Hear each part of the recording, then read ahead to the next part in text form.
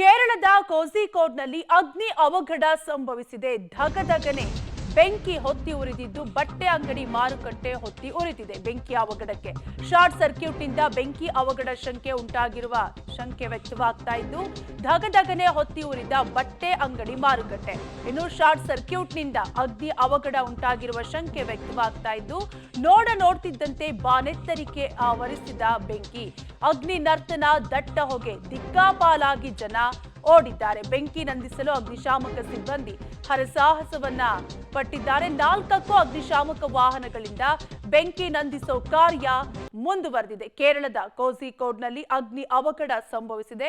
ಎಷ್ಟರ ಮಟ್ಟಿಗೆ ಬೆಂಕಿ ಹೊತ್ತಿ ಉರಿತಿದೆ ಅನ್ನುವಂತಹ ದೃಶ್ಯಾವಳಿಗಳನ್ನ ಗಮನಿಸ್ತಾ ಇರಬಹುದು ನೀವು. ಬಟ್ಟೆ ಅಂಗಡಿ ಮಾರುಕಟ್ಟೆ ಕಂಪ್ಲೀಟ್ ಆಗಿ ಧಗಧಗ ಹೊತ್ತಿ ಉರಿತಿದ್ದು ಅಗ್ನಿಶಾಮಕ ಸಿಬ್ಬಂದಿ ಈಗಾಗಲೇ ಸ್ಥಳಕ್ಕೆ ಭೇಟಿ ನೀಡಿ ಆ ಅಗ್ನಿಯನ್ನ ನಂದಿಸಲು ಕಾರ್ಯವನ್ನ ನಡೆಸ್ತಾ ಇದ್ದಾರೆ.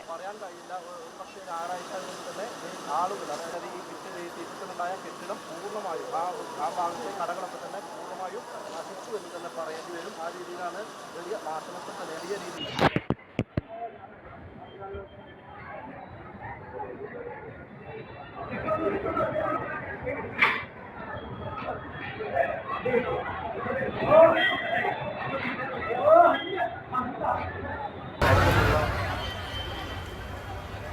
ಡೀಟೇಲ್ಸ್ ಕೊಡ್ತಾರೆ ನಮ್ಮ ಪ್ರತಿನಿಧಿ ಶಬೀರ್.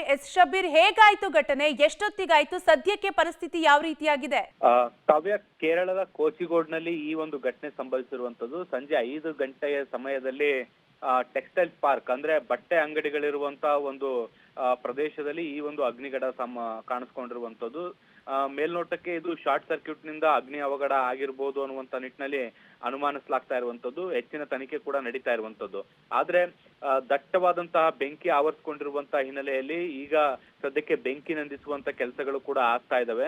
ಘಟನೆ ನಡೀತಾ ಇದ್ದಂತೆ 4 ಅಗ್ನಿಶಾಮಕ ದಳದ ವಾಹನಗಳನ್ನ ಸ್ಥಳಕ್ಕೆ ಕಳಿಸ್ಕೊಡ್ಲಾಗಿತ್ತು. ಮತ್ತೆ ಹೆಚ್ಚುವರಿ ವಾಹನಗಳು ಕೂಡ ಈಗ ಸ್ಥಳವನ್ನ ತಲುಪಿದಾವೆ.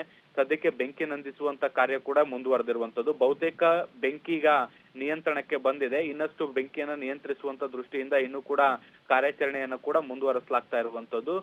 ಅದೃಷ್ಟವಶಾತ್ ಈವರೆಗೂ ಕೂಡ ಯಾವುದೇ ಪ್ರಾಣಹಾನಿಗಳಾಗಿಲ್ಲ ಅನ್ನುವಂತ ಮಾಹಿತಿಗಳು ಕೂಡ ಸಿಗ್ತಾ ಇದೆ. Thank you Shabbir, ಡೀಟೇಲ್ಸ್ಗಾಗಿ.